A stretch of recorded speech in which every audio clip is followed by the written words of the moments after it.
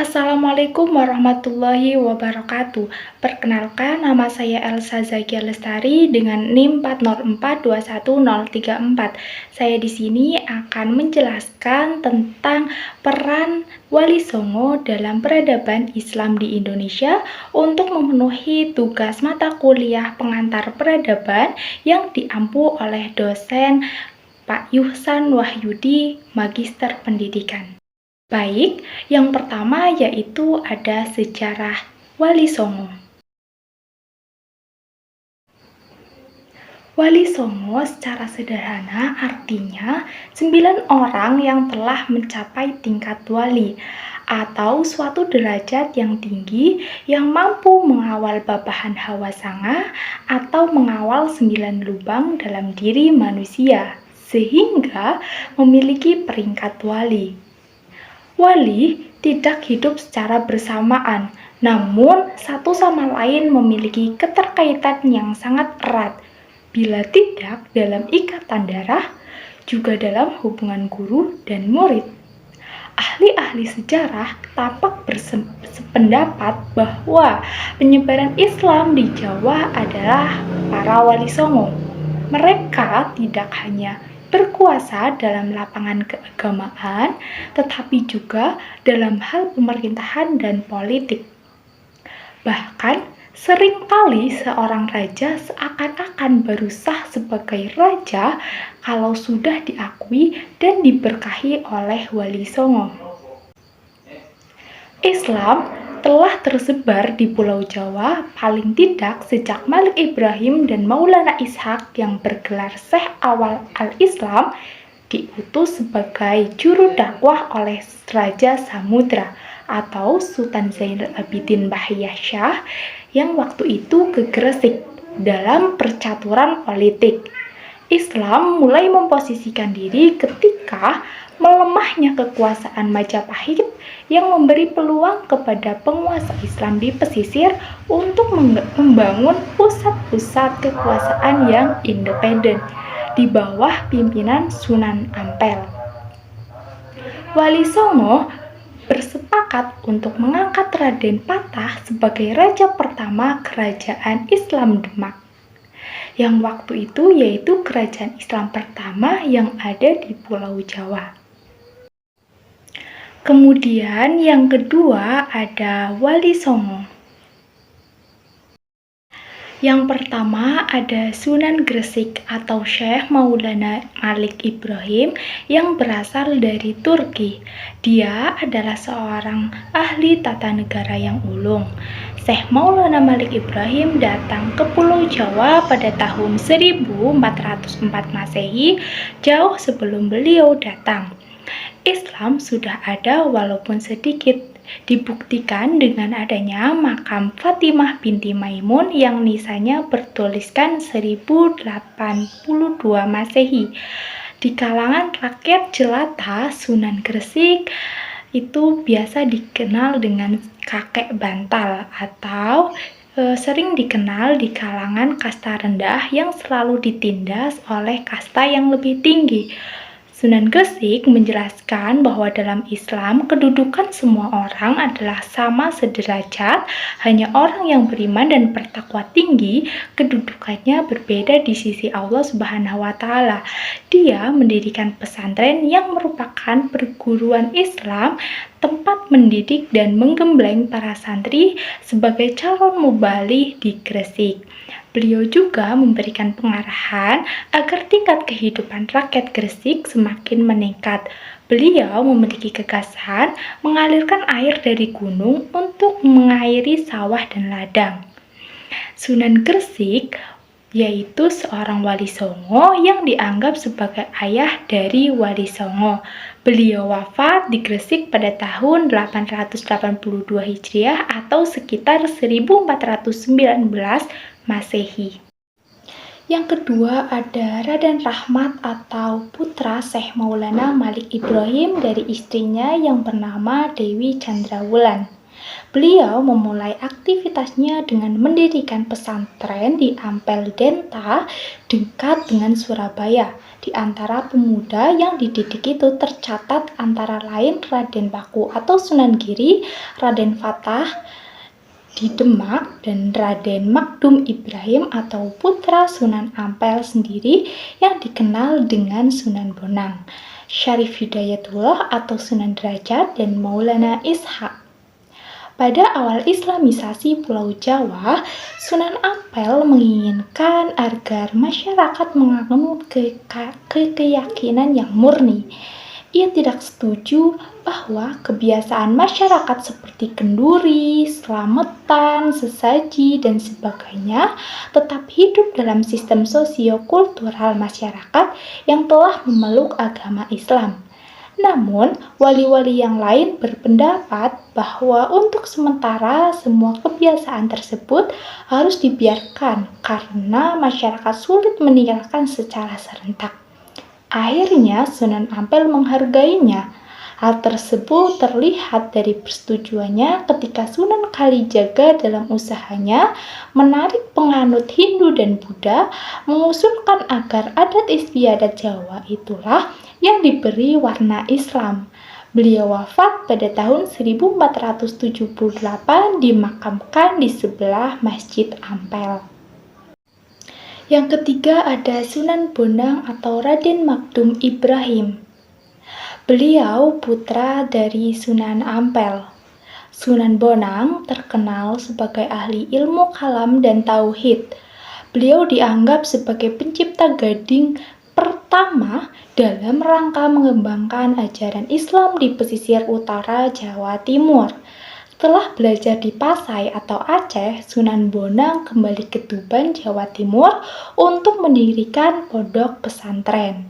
Santri-santri yang menjadi muridnya pun berdatangan dari berbagai daerah. Sunan Bonang dan para wali lainnya dalam menyebarkan agama Islam selalu menyesuaikan diri dengan corak kebudayaan masyarakat Jawa yang sangat menggemari wayang serta musik gamelan.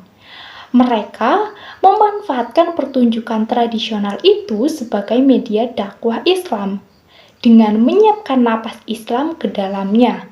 Syair lagu gamelan terciptanya para wali tersebut berisi pesan tauhid, sikap menyembah Allah Subhanahu wa Ta'ala, dan tidak menyetujukannya. Setiap bait lagu diselingi dengan syahadat atau 2 kalimat syahadat. Gamelan yang mengiringnya kini dikenal dengan istilah saketan yang berasal dari syahadatain. Sunan Bonang sendiri menciptakan lagu yang dikenal dengan tembang durma, jenis macapat yang melukiskan suasana tegang, bengis, dan penuh amarah. Sunan Bonang wafat di Pulau Bawean pada tahun 1525 Masehi. Kemudian ada Sunan Giri atau Raden Paku, merupakan putra dari Maulana Ishak dan ibunya bernama Dewi Sakardadu Putri Menak Samboja.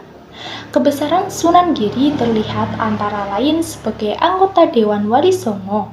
Nama Sunan Giri tidak bisa dilepaskan dari proses pendirian kerajaan Islam pertama di Jawa yaitu Demak.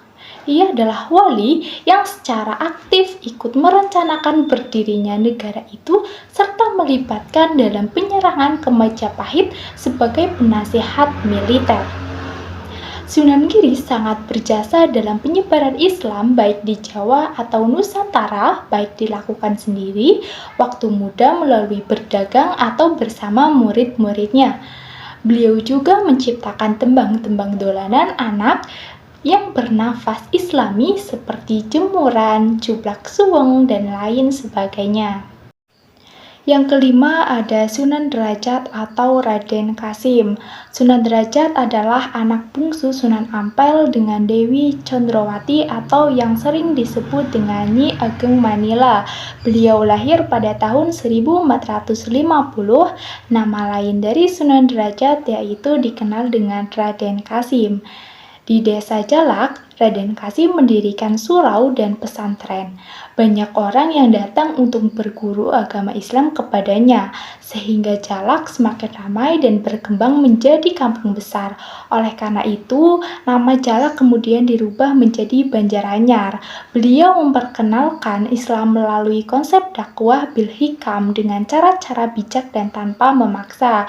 Dalam penyampaiannya, beliau menempuh 5 cara. Pertama, lewat pengajian secara langsung di masjid atau di langgar. Kedua, melalui pendidikan di pesantren. Ketiga, memberi fatwa atau petuah dalam penyelesaian masalah. Dan keempat, melalui kesenian tradisional. Yang kelima, menyampaikan ajaran agama melalui ritual adat tradisional sepanjang tidak bertentangan dengan agama Islam. Yang keenam ada Sunan Kalijaga atau nama aslinya adalah Raden Syahid.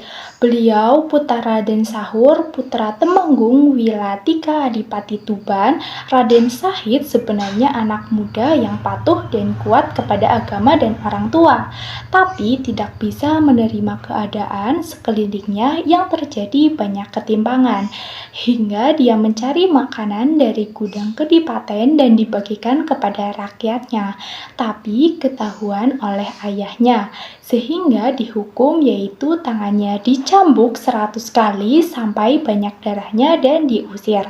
Setelah diusir, selain mengembara, ia bertemu orang berjubah putih yang bernama Sunan Bonang. Lalu Raden Syahid diangkat menjadi murid, lalu disuruh menunggui tongkatnya di depan kali sampai berbulan-bulan sampai seluruh tubuhnya berlumut. Maka Raden Syahid disebut Sunan Kalijaga. Yang ketujuh ada Sunan Kudus. Sunan Kudus menyiarkan agama Islam di daerah Kudus dan sekitarnya. Beliau memiliki keahlian khusus dalam bidang agama, terutama dalam ilmu fikih, tauhid, hadis, tafsir, serta logika. Karena itulah di antara wali songo hanya ia yang mendapat julukan wali alim atau wali yang luas ilmunya. Dan karena keluasan ilmunya, ia didatangi oleh banyak penuntut ilmu dari berbagai daerah di Nusantara. Kemudian ada Sunan Muria atau Raden Umar Said, adalah putra Sunan Kalijaga dengan Dewi Saroh binti Maulana Ishak. Sedang nama kecilnya adalah Raden Prawoto. Dalam berdakwah, Sunan Muria meniru cara yang telah dilakukan dengan sukses oleh ayahandanya, yaitu menggunakan alat musik Jawa, gamelan. Sasaran yang digarap oleh Sunan Muria adalah masyarakat yang bertempat tinggal di pedesaan, jauh dari pusat pemerintahan maupun kota. Oleh karena itu, Sunan Muria membangun pesantren di lereng Gunung Muria, dan karena itulah gelar Sunan Muria diberikan oleh masyarakat. Yang kesembilan atau terakhir yaitu ada Sunan Gunung Jati. Nama aslinya yaitu Syarif Hidayatullah. Beliau lahir di Mekah. Banyak versi yang menceritakan tentang keberadaan Sunan Gunung Jati ini, tetapi cerita yang termasyhur adalah menikahnya Sunan Gunung Jati dengan seorang putri Cina bernama Ong Tien, yang kemudian namanya diganti dengan Nyai Ratu Rara Semanding. Sunan Gunung Jati memang mempunyai hubungan baik dengan Kaisar Cina. Dalam rangka menjalin hubungan baik tersebut, pada tahun 1479, beliau berkunjung ke Cina dan bertemu dengan Kaisar Honggi, serta berkenalan dengan sekretaris kerajaan bernama Ma Huan, Jenderal Cheng Ho, dan Fei Xin. Ketiga tokoh itulah yang memeluk agama Islam di sini. Sunan Gunung Jati membuka praktek pengobatan dan banyak masyarakat Cina yang berobat kepadanya. Kesempatan ini digunakan sebaik-baiknya oleh beliau untuk berdakwah. Kemudian ada peran-peran Wali Songo. Kemudian ada peranan perdagangan dalam proses penyebaran Islam. Islam masuk ke Indonesia dibawa pedagang dari Gujarat, Arab, dan Persia. Adapun kota pelabuhan, dagang yang berperan dasar di bidang penyebaran agama Islam di abad ke-16 adalah Malaka. Saat para pedagang muslim menunggu perubahannya arah angin untuk menuju tempat tertentu dalam berlayar, mereka memanfaatkan untuk waktu luangnya untuk menyebarkan Islam kepada para pedagang dari daerah lain termasuk pedagang Indonesia. 2. Peranan perkawinan dalam proses penyebaran Islam. Perkawinan juga memegang penting dalam penyebaran agama Islam. Banyak pedagang Arab, Persia, dan Gujarat menikah dengan wanita Indonesia, terutama putri bangsawan atau raja. Misalnya, Syekh Maulana Ishak menikah dengan Dewi Sekardadu, putri Raja Belambangan yang menurunkan Sunan Giri. Sunan Ampel menikah Nyai Ageng Manila, putri Tumenggung Majapahit yang berkuasa di Tuban, menurunkan Sunan Bonang dan Sunan Derajat. Dengan cara ini banyak yang ikut memeluk agama Islam. Ketiga, peranan pendidikan dalam proses penyebaran Islam. Proses penyebaran agama Islam melalui pendidikan berupa pendidikan di pondok-pondok pesantren. Para santri yang telah lulus merupakan ujung tombak penyebaran Islam di daerahnya masing-masing. Kemudian sebagai pelopor penyebar luasan agama Islam kepada masyarakat yang belum banyak mengenal ajaran Islam di daerahnya masing-masing. Nah, jadi yang belum tahu Islam sama sekali berkat para ulama yang gigih berjuang tersebut, mereka menjadi mengenal Islam. Apa sih itu Islam? Mereka jadi tertarik dengan Islam dan lain sebagainya. Yang kedua, yaitu sebagai para pejuang yang gigih dalam membela dan mengembangkan agama Islam di masa hidupnya. Jadi, bukan hanya di kemudian dikenalkannya, tetap Islam juga dikembangkan melalui usaha-usaha mereka, baik dengan jalan dakwah, dengan jalan mengembangkan sistem pendidikan, dan lain sebagainya. Selanjutnya, sebagai orang-orang ahli di bidang agama Islam. Jadi, para tokoh-tokoh ulama Wali Songo ini, mereka bukan orang sembarangan. Dia atau mereka sudah menguasai cabang-cabang keilmuan Islam sehingga mereka mampu memberikan solusi dalam segi pengetahuan agama bagi masyarakat. Sebagai orang yang dekat dengan Allah Ta'ala karena terus-menerus beribadah kepadanya sehingga memiliki kemampuan yang lebih. Ia sebagai para wali, ya tentang mereka adalah Wali Songo yang disebut tentu saja sebagai berkat kedekatannya dengan Allah diberikan berbagai macam kelebihan semacam karomah. Tentu saja kita tidak mengetahui secara rinci karena banyak hal yang mungkin beredar tentang para wali ini. Ada yang bisa menyembuhkan orang sakit, kemudian bisa berjalan langsung ke Mekah gitu ya, dan lain sebagainya. Tetapi kalau yang di catatan sejarah memang tidak terlalu rinci tentang hal tersebut. Kemudian ada sebagai pemimpin agama Islam di daerah penyebarannya masing-masing yang mempunyai jumlah pengikut cukup banyak di kalangan masyarakat Islam. Jadi yang perlu kita sadari bahwa Wali Songo ini merupakan rata-rata merupakan keturunan orang yang mulia. Seperti misalkan Sunan Gresik, beliau berasal dari Samkan, masih punya keturunan dari Hasan bin Ali bin Abi Thalib. Nasabnya bersambung kepada Rasulullah. Kemudian ada seperti Sunan Gunung Jati, beliau keturunan Mesir atau salah satu raja Mesir. Kemudian beliau juga di waktu yang sama merupakan blasteran Sunda, yaitu ibunya orang Sunda keturunan Raja Pajajaran, sehingga mereka muncul sebagai sosok yang menyebarkan Islam mereka yang sudah dihormati oleh masyarakat dan mengundang simpati masyarakat. Jadi dengan begitu mereka dianggap sebagai pemimpin masyarakat. Selanjutnya, peranan yaitu sebagai guru yang gigih mengajarkan agama Islam kepada para muridnya. Mereka secara langsung mengajarkan Islam kepada para murid-muridnya, maka mereka juga adalah guru bagi orang-orang Muslim. Kemudian ada sebagai kiai yang menguasai ajaran agama Islam dengan cukup luas. Kemudian ada sebagai tokoh masyarakat Islam yang disegani pada masa hidupnya. Berkat kepeloporan dan perjuangan Wali Sembilan itulah, maka agama Islam menyebar ke seluruh Pulau Jawa, bahkan sampai ke seluruh daerah di Nusantara. Cukup sekian presentasi dari saya. Terima kasih. Wassalamualaikum warahmatullahi wabarakatuh.